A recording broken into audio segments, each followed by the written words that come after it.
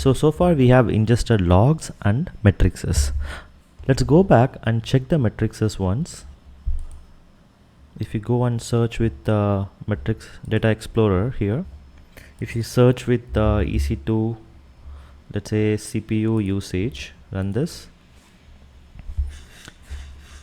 If you noticed, I do receive matrices from CloudWatch to Dynatrace, but if you look at the time when I received it, I received at 9:05, and next metric I received from CloudWatch 9:10, 9:15, 9:20, 9:25, which means I am receiving the sampling from CloudWatch to Dynatrace on every 5 minutes. So Dynatrace connects periodically every 5 minutes to CloudWatch API to pull these metrics. This perfectly fine for a smaller and moderate AWS environment, but this must not be good when you have very complex enterprise grade applications which is being managed in Dynatrace. What is the problem? Because you might not catch a real problems on a live. So instead of waiting for 5 minutes to see the next data, you should get at least 5 seconds or 15 seconds on every sampling interval. Then how do I change this sampling interval instead of 5 minutes to 5 seconds or 15 seconds? Just like how I send the logs from CloudWatch to Dynatrace using Firehose, I can also send the matrices from AWS CloudWatch to Dynatrace using Firehose.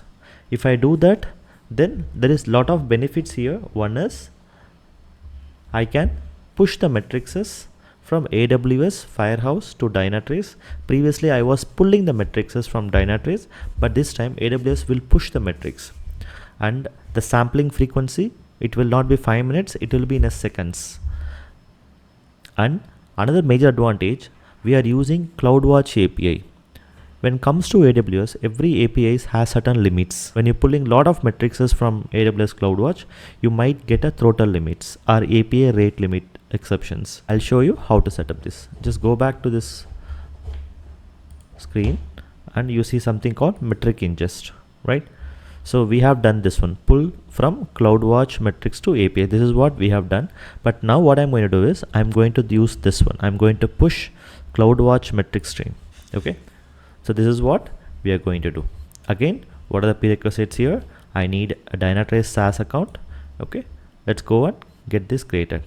Here, I'm not going to do it manually. I'll just use the CloudFormation template. I just need to pass this environment variables, copy this, open a notepad, and then just place it, use this token, because we have given ingest metric also into the token. So this will work.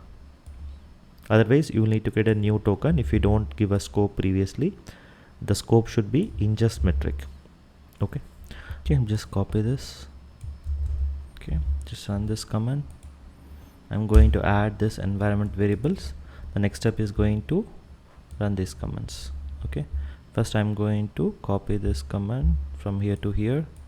Okay, copy and go back here and paste it. Okay, so you see here it is going to create one CloudFormation template, and this CloudFormation template which is going to create one metric stream in Firehose. So it is kind of creating it. Let's wait for it for some time. Okay, the stack is successfully created. The stack name is Dynatrace AWS metric stream client. Let's go and verify Firehose, or you can start with CloudFormation. Go to CloudFormation, just check whether a stack is created under the name of AWS metric stream. It is created successfully. Let's go to Firehose. There must be one more stream has been created. This time it is going to be a metrics as well. And now you see here AWS metric stream is done. Okay, so we have created a stream.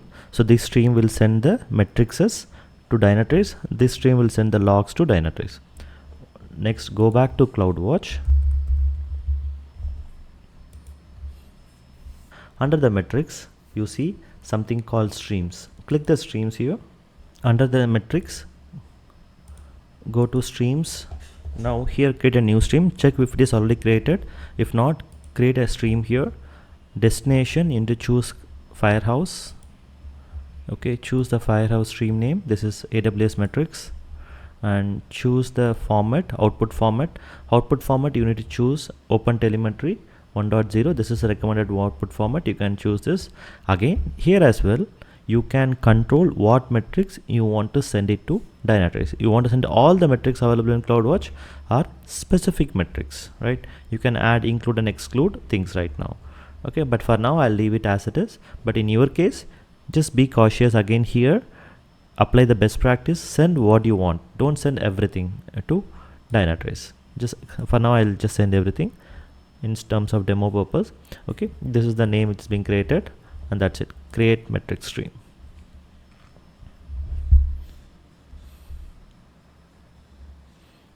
Okay, the status should be running. Once status should be running, then that's it. So you should be seeing a CloudWatch metrics, this time using Firehose. The benefit, as I said, it will be so quick of getting the data. Instead of waiting for 5 minutes for every data update from CloudWatch to Dynatrace, it will be pushed the metrics instantly. Let's verify that. Go back here and I'll go to metric summary. Okay, so let's see. So this is supposed to come from AWS metric stream. Okay, so you're just changing the route. Okay, and instead of going from pull, you're going to push. Push is fast compared to pull. Just run this. Now you see here I'm getting metrics on every 1 minute. I hope this gives you a difference between CloudWatch pull API and CloudWatch metric stream. So depends upon your requirement, you can choose this. But in terms of enterprise level recommendation, I would suggest you to go for metric stream, because you have more control over there. Control in the sense you can control what metrics you can send, right? You can have all these controls over there. Okay, so yeah, it's again depends upon your individual requirements. So I given you 2 options over there. Whichever is convenient to you, you can choose that. So that's it from the AWS integration. We have seen how to integrate AWS account, and we have seen how to send the logs. We have seen how to send the metrics using CloudWatch pull API and using AWS metric stream.